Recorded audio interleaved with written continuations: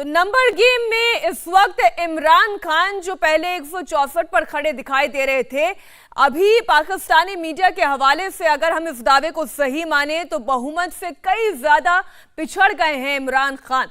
और वहीं विपक्ष की ताकत की यदि बात करें तो 199 उनका आंकड़ा, यानी 177 से अब 199 तक यदि पहुंचता है तो आप ये अंदाजा लगा सकते हैं बहुमत से कई कोस आगे वो बढ़ चुके हैं, क्योंकि बहुमत का आंकड़ा है 172। इस वक्त हम आपके सामने पूरा फ्लो चार्ट रख रहे हैं। ये पूरा चार्ट आपको बता रहा है कि कौन इमरान खान के साथ है, कौन विपक्षी दलों के साथ खड़ा हुआ नजर आ रहा है। और मौजूदा आंकड़ा यानी पीटीआई के पास 155, सांसद पीएमएलक्यू की बात करें तो 5, जीडीए के पास 3, एएमएल के पास 1, कुल मिलाकर होता है 164 का आंकड़ा, जो अभी तक का फिगर हम समझ रहे थे। और विपक्ष की ताकत की बात करें तो पीएमएलएन यानी नवाज शरीफ की पार्टी 84, पीपीपी के पास 56, एमएमए के पास 15, अन्य के 22, यानी कुल मिलाकर 177 इमरान खान के खिलाफ ताकत नजर आ रही है। लेकिन अभी अभी हमने आपको एक बड़ी खबर दिखाई जिसमें पाकिस्तानी मीडिया चैनल के हवाले से यह कहा जा रहा है कि अब विपक्षी ताकत 177 से भी बढ़ चुकी है और 199 तक पहुंच गई है और इमरान खान के पास अब केवल 145 वोट ही बाकी रह जाते हैं। इस पर हम करेंगे चर्चा। पाकिस्तानी पत्रकार हामिद अल मशरकी हमारे साथ जुड़ गए हैं। बहुत स्वागत है हामिद जी आपका इंडिया टीवी पर। हमारे साथ डिफेंस एक्सपर्ट मेजर जनरल के सिन्हा भी जुड़ गए हैं। स्वागत है सर आपका इंडिया टीवी पर। सबसे पहले हामिद जी, अभी अभी हमने एक खबर देखी, पाकिस्तान में ये बड़े जोर शोर से चल रही है कि विपक्ष की ताकत और बढ़ गई है और ये जो 177 का आंकड़ा जो अभी तक हम देख रहे थे, समझ रहे थे, अब ये संख्या बढ़कर 199 की हो गई है। आपकी जानकारी में अभी तक ये आंकड़ा क्या है?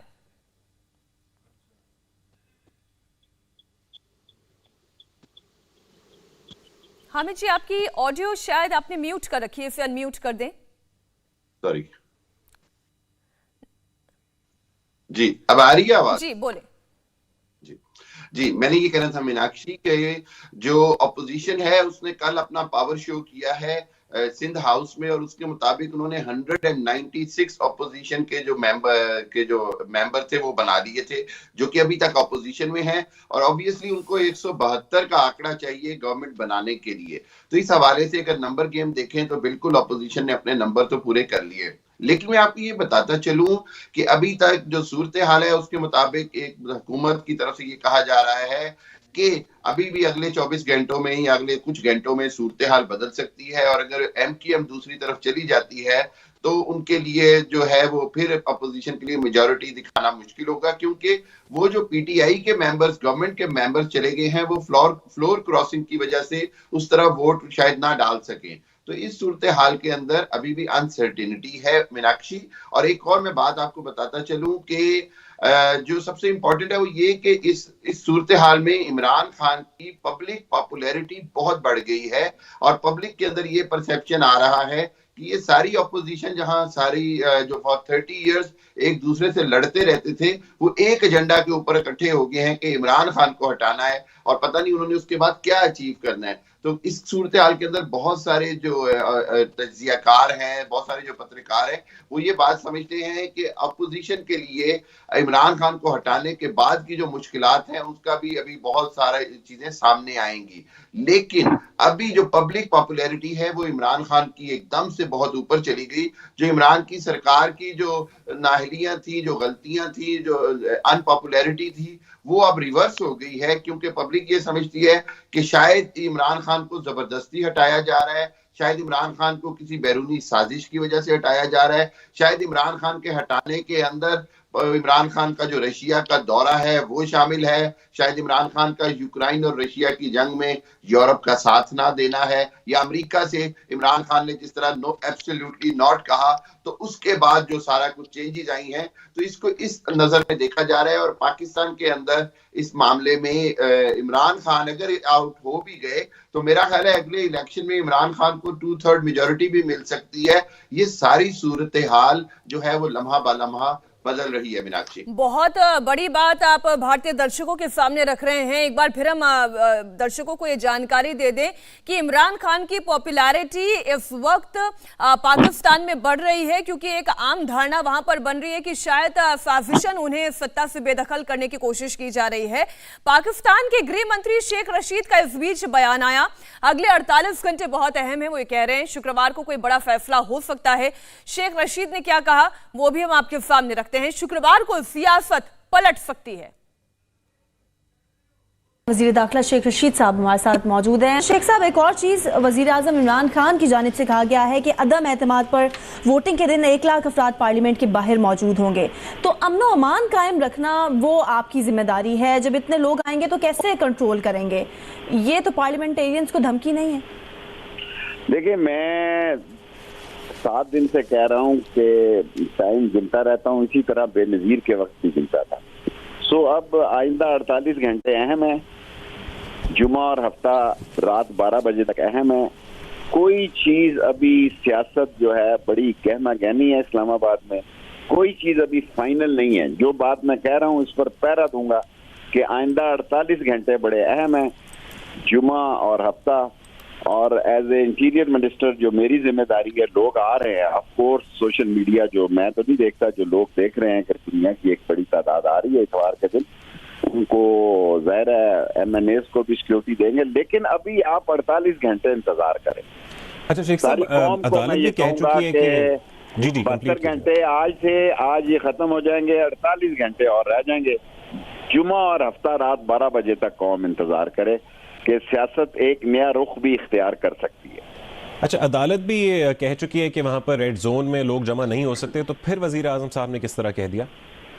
वजीर आजम साहब का तो मैंने नहीं पता कि उन्होंने क्या कहा है। जो मेरी जिम्मेदारी है कानूनी आईनी में मैं पूरी करूंगा कि लोगों का भी ख्याल करना और मेंबरों को भी सिक्योरिटी प्रोवाइड करनी है। और मुझे 48 घंटे दे दे, मैं हफ्ते की रात 12 बजे तक हालात पर मेरी नजर है। फिर मैं जैसी सूरत हाल पैदा हुई, जैसे सियासी हालात पैदा हुए, उसके मुताबिक फैसला करूंगा। ठीक है, सियासी हालात के मुताबिक आप कह रहे हैं फैसला करेंगे। बहुत बहुत शुक्रिया। वफाकी वजीर दाखिला शेख रशीद साहब जियो न्यूज़ से गुफ्तगू कर रहे थे और उन्होंने कहा कि जुम्मे और हफ्ते का दिन बड़ा इंपॉर्टेंट है, मुल्क की सियासत इसमें पलट भी सकती है। तो इमरान खान की कुर्सी पर संकट बना हुआ है, इसे नकारा नहीं जा सकता। लेकिन एक बात भी तय है कि इमरान खान हथियार डालने वालों में से फिलहाल दिखाई नहीं दे रहे हैं। ये भले ही हो कि उन्होंने अपना संबोधन टाल दिया हो, वो चिट्ठी अब सार्वजनिक नहीं कर सकते, जो चिट्ठी वो बार बार हवाला दे रहे थे कि एक इंटरनेशनल कॉन्स्पिरेसी है। सिन्हा साहब, आपको क्या क्या कारण समझ में आते हैं ये जो पॉलिटिकल टर्मोइल है इसके पीछे? क्या जो पहले एक धारणा बनी थी कि क्या इमरान खान इनकॉम्पिटेंट है, इसकी वजह से ये हुआ, या फिर इमरान खान ये कहते हैं कि इंटरनेशनल कॉन्स्पिरेसी इसके पीछे है, या फिर ये पाकिस्तानी आर्मी का भी एक तरीके से मोह भंग हो जाना? क्योंकि कुछ घटनाएं हमने ये देखी कि अक्टूबर 2021 की बात करें, जब ISI चीफ के ट्रांसफर को लेकर इमरान खान और बाजवा के बीच में भी एक तनातनी हुई थी, और ऐसे 2-3 और सीरीज ऑफ इवेंट्स रहे हैं। आप किन वजहों को समझ रहे हैं आज की इस परिस्थिति के लिए? देखिए मीनाक्षी, बहुत सारे फॉल्ट लाइन है इमरान खान के, और वो दुनिया देखती रही है। ये केवल पाकिस्तान की आवाम नहीं देखती रही, पूरी दुनिया देखती रही। देखिए, इमरान खान वो आए थे तो वो लाए गए थे आर्मी और ISI के ही के माध्यम से, मगर जिस तरह से उन्होंने शुरुआत की, इमरान खान का एक एम्बिशन है, और दूसरा उनको ऐसा लगा, एक बुशरा बेबी फेनोमेना कहते हैं पाकिस्तान में, कि उनको ऐसा लगा कि जिन्हें भूते उनके साथ हैं कुछ नहीं कर सकते। तो वो इतने इतरा गए कि जो उनके आका थे उनके ही आंख दिखाना शुरू किया। सबसे पहले उन्होंने आंख दिखाया, जबकि फॉरेन पॉलिसी एब्सोल्युटली डोमेन है, उसका डोमेन होता है, क्या नाम है, आर्मी का और ISI का। उस डोमेन में घुसे जब उन्होंने पूरा का पूरा चेंज करना चाहा। मैं इसलिए बताना चाहता हूं कि कैसे उन्होंने चेंज किया। वो एक जो होता था इस्लामिक ऑर्गेनाइजेशंस का की जगह में, वो एक नया पैरेलल में खड़ा करना चाहे, और सोचा कि शायद वर्ल्ड लीडर हो जाएंगे। वो ले आए टर्की को, मलेशिया को, खुद को, और उन्होंने चैलेंज कर दिया 57 कंट्रीज को, और वो हार हुआ। उस समय आर्मी और ISI उनको चेताती रही कि ये गलत कर रहे हैं, दूसरी बड़ी जो उनकी फॉल्ट लाइन रही है, जो आर्मी के अगेंस्ट में हो गए, आपने तो जरूर फैज हामिद और नदीम अंजुम का नाम गिनाया, मगर उसके पीछे जाइए कि क्या कारण से यह हुआ। फैज अहमद साहब पहले आईएसआई के चीफ हुआ करते थे और वो भी उनका बहुत नजदीकी है बुशरा बेबी, जो उनकी चौथी वाइफ है। उनका एक बहुत बड़ा फेनोमेना है, जो बात नहीं करते कोई वहां पर आज के दिन पाकिस्तान में, पर बाहर बातें होती हैं। देखिए वो क्या, उन्होंने ये सोचा कि शायद फैज हमीद से ये चैलेंज कर सकते हैं आर्मी को डायरेक्टली, फैज हमीद के, और उन्होंने हक्कानी नेटवर्क से हाथ मिलाई। हक्कानी नेटवर्क के जब हाथ मिलाई तो तहरीक तालिबान पाकिस्तान उनके अगेंस्ट में खड़ा हुआ, मगर उनको सप्रेस कर गए जब तक अफगानिस्तान के अंदर में अमेरिका था। और उन्होंने देखिए एक सीआई के हेडक्वार्टर्स भी वहां थी पाकिस्तान में, उस समय MI6 की हेडक्वार्टर्स थी पाकिस्तान में। तो इन्होंने सोचा कि हम बैलेंसिंग कर लेंगे और शायद अमेरिका हमारी बात सुनना पड़ेगा और अमेरिका चलाएगा। मगर जहां उन्होंने अमेरिका को धोखा दिया, और देखिए अभी भी जो बाइडेन साहब हैं, इतनी एक फोन कॉल तक नहीं किया, ये दौड़ते रहे।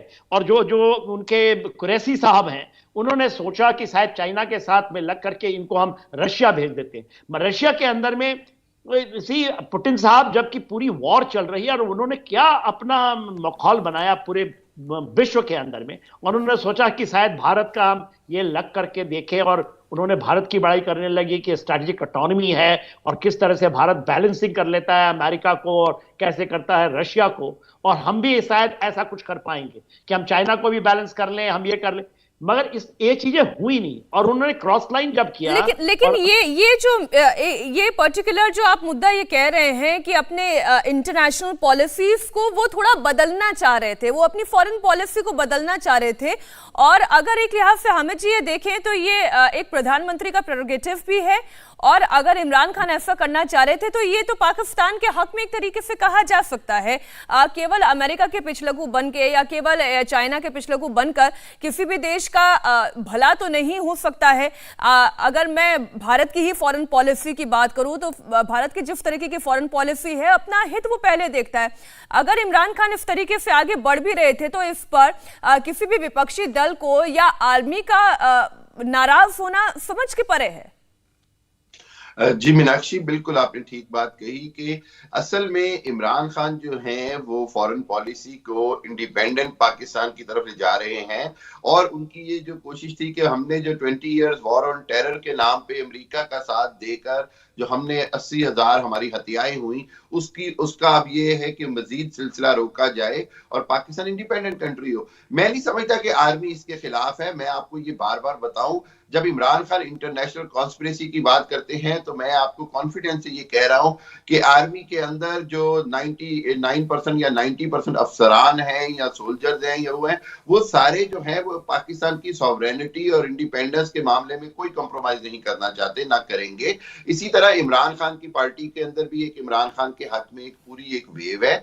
बुनियादी बात यह है, मेरी बात का बुरा ना मनाइएगा प्लीज, बुनियादी बात यह है कि हम जो बार बार ये कह रहे हैं कि इंटरनेशनल साजिश है, उसका एक सबूत ये भी है कि जिस तरह इंटरनेशनल मीडिया, इंडियन मीडिया, दूसरा मीडिया इस सारी चीजों को कवर कर रहा है, क्या कभी ऐसे होता है कि किसी मुल्क में एक मुल्क में पॉलिटिकल चेंज आ रही हो और पूरी दुनिया का मीडिया उसको कवर कर रहा हो? मुझे दुनिया का तो नहीं पता हामिद जी, लेकिन ये बात जरूर है कि पाकिस्तान में जब भी सत्ता बनती है या बदलती है उसमें भारत का इंटरेस्ट जरूर होता है। एक पड़ोसी होने के नाते ये हमारा हमेशा से इंटरेस्ट है। इंडिया टीवी हर वक्त हर जगह डाउनलोड करने के लिए सर्च करें India TV news Google play store या ऐप स्टोर पर।